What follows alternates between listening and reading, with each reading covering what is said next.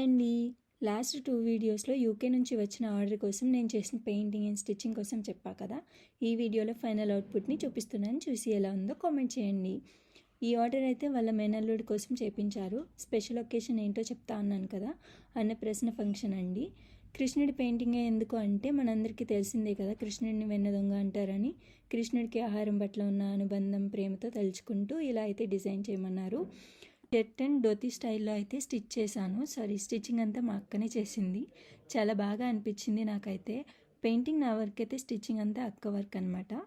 Order delivery కూడా చేస్తాము. వాళ్ళైతే చాలా అంటే చాలా హ్యాపీ. స్టిచ్చింగ్ నచ్చి వేరే ఆర్డర్ కూడా ఇచ్చారు. నాకు చాలా బాగా అనిపించింది. కస్టమర్స్కి నచ్చితే దానికంటే ఇంకేం కావాలి చెప్పండి. ఓన్లీ అన్నప్రాసన ఫంక్షన్ అనే కాదండి, ఎలాంటి ఒకేషన్కి అయినా రిలేటెడ్గా అయితే మనం డిజైన్ చేయించుకోవచ్చు. కస్టమైజేషన్ అవైలబుల్ అండి. చాలా అంటే చాలా రీజనబుల్ ప్రైస్లో అయితే చేస్తున్నాము. సో ఇలాంటి యూనిక్ కస్టమైజ్డ్ పీసెస్ని అయితే మిస్ చేసుకోకండి. ఓన్లీ పెయింటింగ్ అనే కాదండి, ఎంబ్రాయిడరీ వర్క్తో కూడా కస్టమైజేషన్ చేయొచ్చు. మీకు నచ్చినట్టు, మీకు నచ్చిన డిజైన్స్లో మీ సైజ్కి తగినట్టు కస్టమైజేషన్ చేయించుకోవచ్చు. ఈ వీడియోలో డ్రెస్ మొత్తం చాలా డీటెయిల్గా చూపించాను అనుకుంటున్నాను. ఎవరికైనా డీటెయిల్డ్ ప్రాసెస్ కావాలి అనుకుంటే కామెంట్ చేయండి.